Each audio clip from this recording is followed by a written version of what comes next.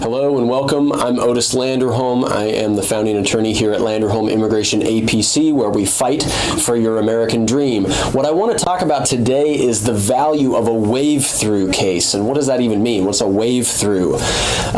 Sometimes when you're entering the United States, especially from Canada and Mexico, right, sometimes the line for, to pass through immigration can be very long, and sometimes you can just hold up your ID card outside the car and people will wave you through, or sometimes you're passing through the line and you just hold up a document and they wave you in, or sometimes you don't even have to hold up anything and they'll just wave you through. They're not going to check every single person that's going through the line.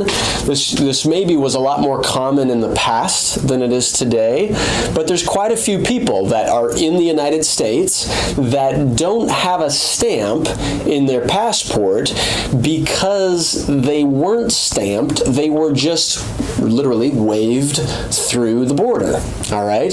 They weren't avoiding immigration. They didn't cross in illegally. They weren't hiding in the back seat of a car.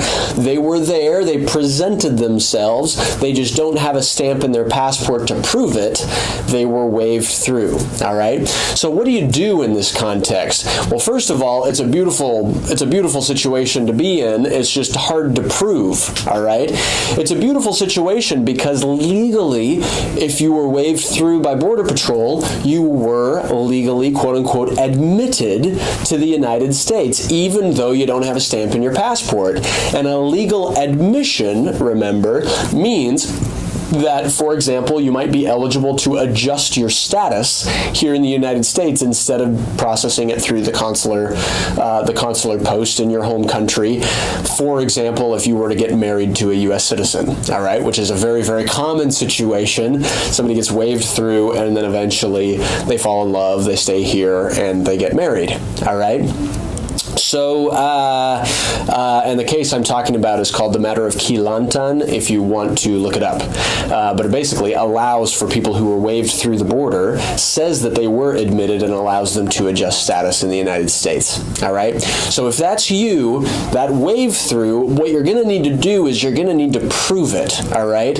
And sometimes we do that with affidavits. I've had clients do that with a lie detector test, right? And they actually look at your eyes and hook your fingers up to check your pulse and other things as you're answering some questions about how you entered in, and then we can submit that as evidence in favor of your case. All right. Anyway, it's possibly a way to use that wave through to give you a benefit in the future and to allow you to apply for adjustment of status. For example, if you marry a U.S. citizen, or if you have a child who was born here who turns 21 and can petition you. That's all I wanted to say. Wave through cases, they're great. They're a little bit complicated because we have to prove that you were waved through, and there's often no evidence of it. There's no stamp in your passport, things like that. But don't worry, you're still adjustment eligible. It's just a matter of proving it. So hire a good lawyer and let's put the evidence together. Let's write up a good solid declaration signed under penalty of perjury, or let's get a lie detector test, or whatever we need to do, and then let's file your case. All right? Thank you for watching. I'm Otis Landerholm here at Landerholm Immigration A.P.C. We fight for your American dream.